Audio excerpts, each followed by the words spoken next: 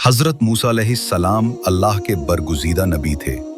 जब बनी इसराइल को फ़िरौन के जुल्म से निजात मिली और वो दरियाए नील को पार करके सहरा में पहुंचे, तो हज़रत मूसा अल्लाह के हुक्म से कोह तौर पर 40 रातें इबादत के लिए चले गए।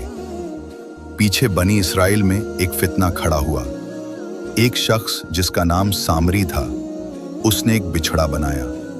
ये बिछड़ा सोने से बनाया गया था और उसमें कोई ऐसी चीज डाल दी गई थी कि जब हवा गुजरती तो वो आवाज निकालता, जैसे वो बोल रहा हो। सामरी ने लोगों से कहा, यही तुम्हारा खुदा है, और मूसा उसे भूल गए हैं। उसने लोगों को गुमराह किया और बनी इसराइल के बहुत से लोग उस बिछड़े की इबादत करने लगे। वो एक सोने के बिछड़े को सजदा करने लगे और पुकारने लगे जैसे वो खुदा हो।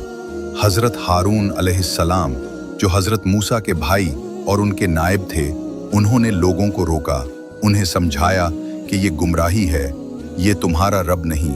लेकिन कौम ने उनकी बात न मानी और कहा, हम तो उसी बिछड़े की इबादत करते रहेंगे जब तक मूसा वापस न आ जाएं। जब हजरत मूसा कोहे तौर से वापस आए और ये मंजर देखा तो वो सख्त गुस्से में आ गए।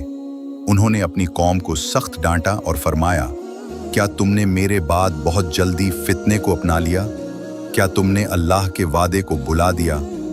हजरत मूसा ने बिछड़े को जलाकर राख किया और उसे दरिया में बहा दिया। फिर सामरी को लानत किया गया और वो जिंदगी भर के लिए अलग थलग कर दिया गया। सामरी पर अल्लाह का अजाब आया और वो हमेशा के लिए जिल्लत का निशान बन गया। अल्लाह ताला ने इस वाक़े के जरिए हमें ये सबक दिया कि झूठे माबूदों और गुमराही के पीछे चलने वालों का अंजाम कितना बुरा होता है।